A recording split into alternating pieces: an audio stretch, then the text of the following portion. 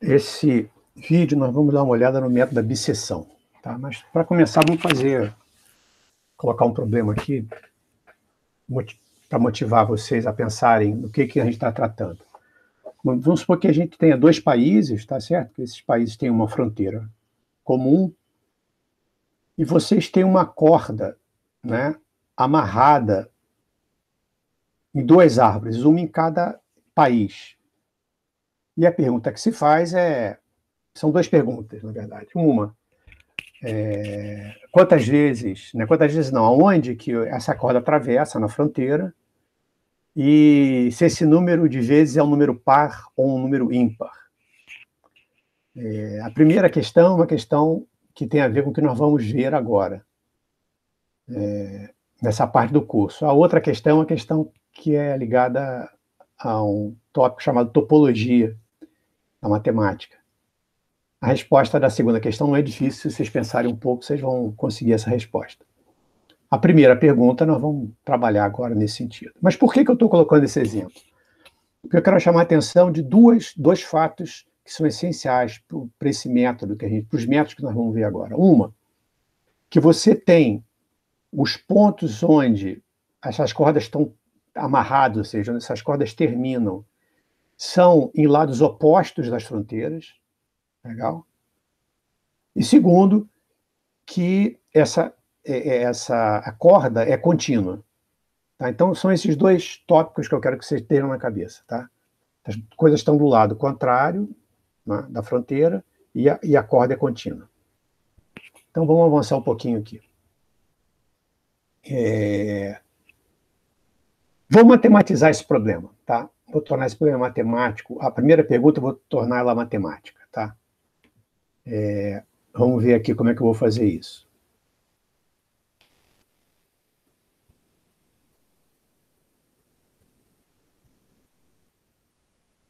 Então, vamos dizer o seguinte, quer dizer, seja f de x uma função contínua, real, de variável real.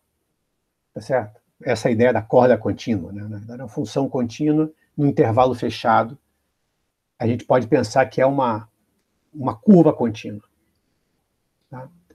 E essa função está definida no intervalo AB, pelo menos nesse intervalo, até nos reais. Então, é uma função real de variável real. E, além disso, você tem essa característica aqui. Ó. Você tem esse fato acontecendo aqui. Você tem que o f de A vezes f de B é menor do que zero. Que, no fundo, é essa questão que diz que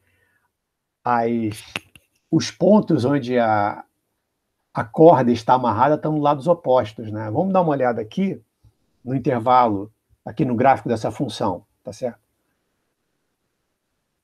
Quer dizer, imagina que aqui a fronteira, né, o eixo das ordenadas é a fronteira, das abscissas, desculpe, é a fronteira, e você tem as árvores seriam esse A, F de A e B, F de B. Estariam do lado dos opostos, né? Isso, em termos de matemática, você diz que os sinais de F de A e F de B são contrários, né? Porque F de B, no caso, nesse exemplo aqui, é positivo e o F de A é negativo. Tá? Então, quando você multiplicar um pelo outro, vai dar menor do que zero. Tá? Então, aqui nós temos a matematização, né, das duas questões que eu levantei para vocês. Tá? Então, o que diz isso aqui? Quer dizer, com essas duas condições, né, você consegue... Existe um teorema, eu vou falar, no final da aula eu vou falar sobre esse teorema, mas vou assumir esse teorema no momento. Quer dizer, tem um ponto C, pelo menos um, podem ter vários, né? Aqui, no caso anterior, né, você tinha essa corda cruzando algumas vezes a fronteira, né?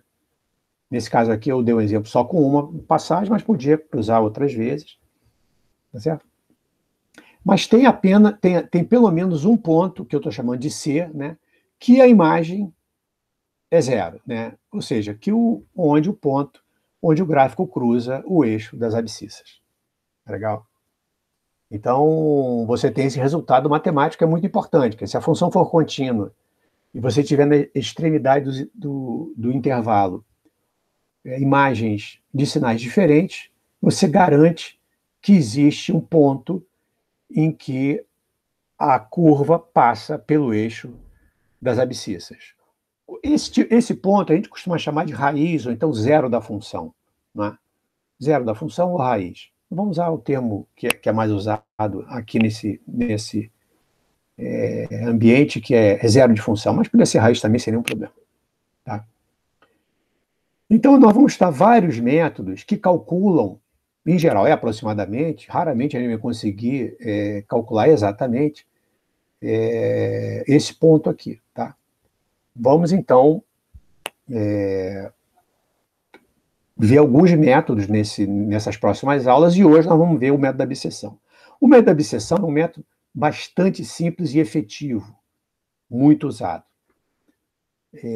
Não exatamente o método da abscissão, mas um método muito semelhante da abscissão, mas a ideia básica é saber a abscissão e os outros métodos você tranquilamente tem condição de entender posteriormente. O que ele faz? Ele pega o intervalo AB e divide ao meio, tá certo? E nesse ponto, aqui, nesse ponto médio, né, que você calcula por uma fórmula bastante simples, né, a média aritmética dos pontos, né, dá esse ponto médio aqui, né, você calcula a imagem desse ponto, tá certo? Tá legal? Bom, o que pode acontecer? Vamos pensar. Nesse caso aqui, a gente está vendo que a f de x0 é maior do que zero, mas vamos supor que a gente não visse o gráfico, tá? Então, vamos ver o que o método faz. Por exemplo, aqui nós sabemos que o f de A vezes f de B é menor do que zero, porque ele tem sinal contrário. E nós também sabemos que o f de x0 é diferente de zero, né? Nós estamos vendo aqui, ele é diferente de zero, não passa aqui. Tá? Se fosse igual a zero, tudo bem, tinha resolvido o problema, mas isso nunca vai acontecer. Nunca no sentido probabilístico, né? Tem probabilidade zero disso acontecer. Tá? O que a gente quer saber é se eu posso diminuir esse intervalo. Como é que eu vou diminuir esse intervalo? Ora, se o f de x0 tiver o mesmo sinal que o f de b, eu posso trocar o x0 pelo b e eu fico com um intervalo menorzinho. Se o f de x0 tiver o mesmo sinal do que o f de a, eu troco o intervalo e fico com o intervalo x0b.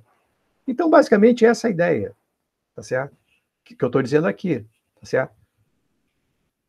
O próximo intervalo de busca vai ser x0b, caso o f de x0 tiver o mesmo sinal de a. Não é o caso nosso. No nosso caso, o f de x0 tem o mesmo sinal de f de b, não é? Então, nós vamos trabalhar com um novo intervalo de busca, vamos buscar na metade do intervalo anterior, não é isso? Agora, entre a e x0. Tá? Aqui, nós novamente temos a garantia, né, que essa função é contínua, uma velocidade contínua no intervalo inteiro continua contínua, e nós temos que o f de a vezes o f de x0 é menor do que zero. Nós temos essa garantia, né, porque tem o mesmo sinal de b. Tá? Então, o que a gente faz? Bom, repete esse procedimento. Tá? Vamos repetir esse procedimento. Agora a gente calcula um novo ponto médio. Vamos lá, um novo ponto médio. Tá certo?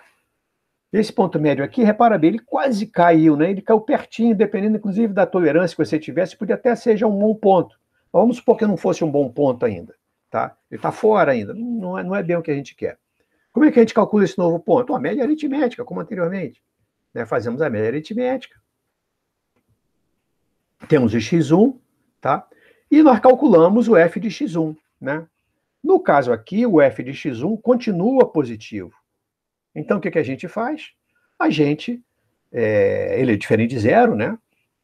Apesar de ser pequeno, é diferente de zero. E ele tem o mesmo sinal do x0, né? O f de x1 tem o mesmo sinal de f de x0.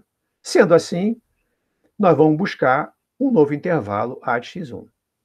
Entenderam o mecanismo? É muito simples o mecanismo, tá? E agora, bom, continuo. Observe que é interessante, né? Que nesse método aparece aqui uma coisa interessante, que o x1 aqui estava pertinho, e o próximo cara que eu vou buscar já está mais longe, né? Ele não vai se aproximando sempre, não. Ele pode se afastar, né, do ponto que você está buscando. Nesse caso, ele se afastou, né? O ponto que eu estou buscando é interseção do gráfico com o eixo das abscissas, o eixo X, e agora eu tinha uma aproximação x1, agora eu tenho uma aproximação x2 pior, né? Mas tudo bem, é o método faz isso. Como é que eu calculo x2? Bom, calculo x2 fazendo a média aritmética, tá certo? O f de x2 é diferente de zero, tá? Só que nesse caso agora mudou, né? Repara, o f de x2 passa a ter o mesmo sinal do que o a, não é isso? Então, o intervalo que eu vou trabalhar agora passa a ser o x2, x1, né? Passa a ser esse intervalo aqui. Opa, passa esse intervalo aqui de x2 a x1. Tá legal? Bom, o que eu continuo? Continuo fazendo. Calculo x3. Olha o x3 aqui, ó. x3 é o ponto médio, x2 e x1. Tá aqui no meio, tá vendo? Ele tá caindo aqui no meio. Deixa eu aumentar um pouquinho aqui. Tá? Ele tá aqui no meio, tá vendo? Desculpa. Aqui, ó. Aqui, o x4, né? Ele tá aqui no meio. Tá? Bom, ele é próximo, né? Mas vamos supor que ainda não é o que eu quero. O que a gente vai fazer? Vai continuar buscando em outro intervalo. Repara que o x4 tem o mesmo sinal do f de x3, não é isso? O f de x4 é esse aqui, né? Tem o mesmo sinal do f de x3, aqui embaixo. Repara que as cores são equivalentes aqui, tá? Então, o próximo intervalo é x4, x1. E, finalmente, x4, x1, né? Eu pego o x5, e o x5, pelo menos aqui nesse caso, aparentemente, caiu bem em cima da curva, né? Cruzando o eixo X. Então, eu posso parar.